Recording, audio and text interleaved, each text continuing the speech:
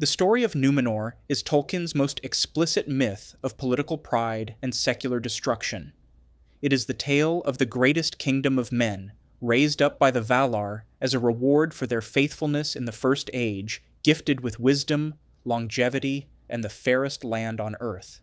Yet it is also the tale of how prosperity and power, once severed from reverence and faith, corroded into tyranny, idolatry, and annihilation. Númenor's fate stands as a parable. When nations sever themselves from God and exalt human power as sovereign, their greatness collapses into ruin. Welcome to Middle-earth Uncharted, where Tolkien's world meets truth, faith, and reason.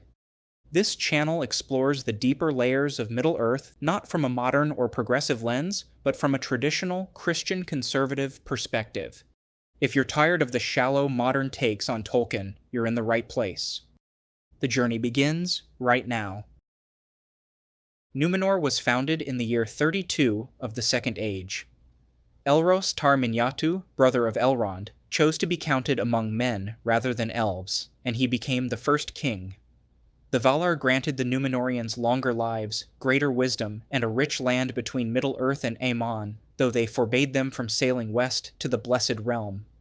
This prohibition, known as the Ban of the Valar, was not meant to diminish their liberty, but to preserve humility. Men were mortal, and death was their gift from Ilúvatar. So long as they accepted their place in the divine hierarchy, they prospered. In those days, the Númenorians were called the Edain, elf friends, for they maintained friendship with the Eldar and reverence for the Valar. For centuries, the kings of Númenor honored this order. Tar-Meneldur, Tar-Aldarion, Tar-Anarion, and others oversaw a flourishing culture. They built mighty ships, sailed to Middle-earth, and brought gifts of learning to lesser men. They preserved balance, dominion tempered by stewardship, exploration guided by faith. Yet as centuries passed, envy of the elves grew. The Númenorians saw their elven friends remain ageless while they withered. Death, once a gift, came to be viewed as a curse.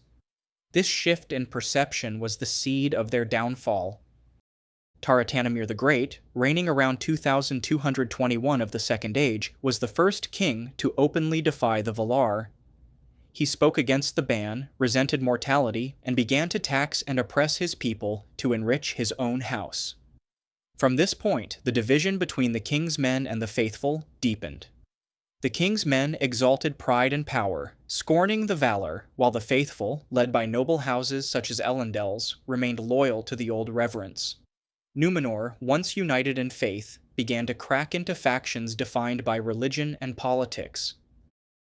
The corruption culminated with Ar-Pharazôn, who seized the throne by marrying his cousin Miriel against her will.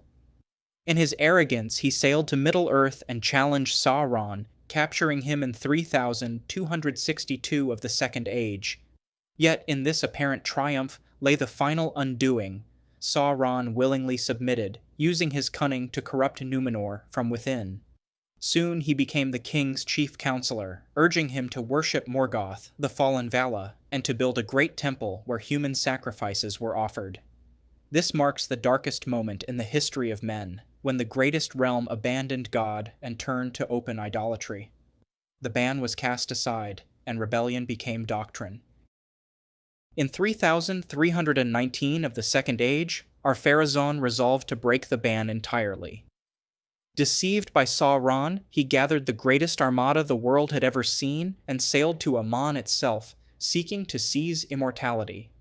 This was the ultimate act of secular pride, man exalting his own will above divine order.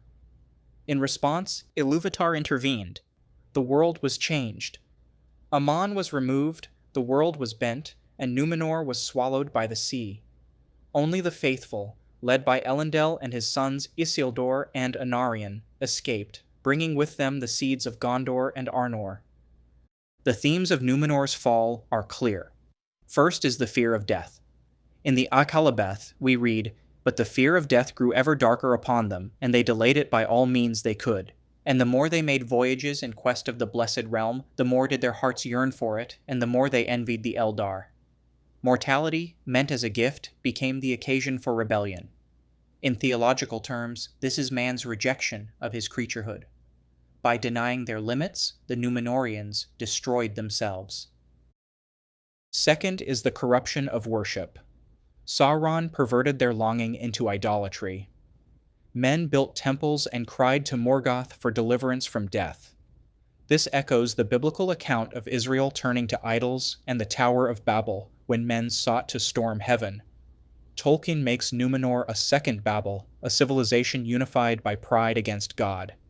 Its destruction is not arbitrary, it is the consequence of a people defining freedom as rebellion. Historically, Númenor mirrors Atlantis. Plato spoke of a mighty island nation, rich and powerful, that fell into corruption and was swallowed by the sea. The Akalabeth is a Christian recasting of that myth, joining Atlantis to Babel.